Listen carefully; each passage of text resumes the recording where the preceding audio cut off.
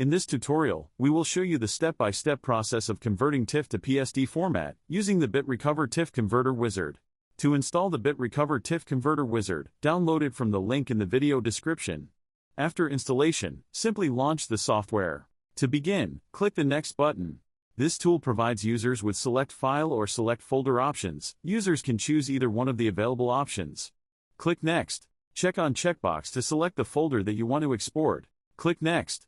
Saving option allows you to save the file in your desired format for conversion. Let's select PSD option for this tutorial. The destination path section allows you to specify the destination folder where the selected file will be exported. After selecting the destination path, it's time for the conversion process.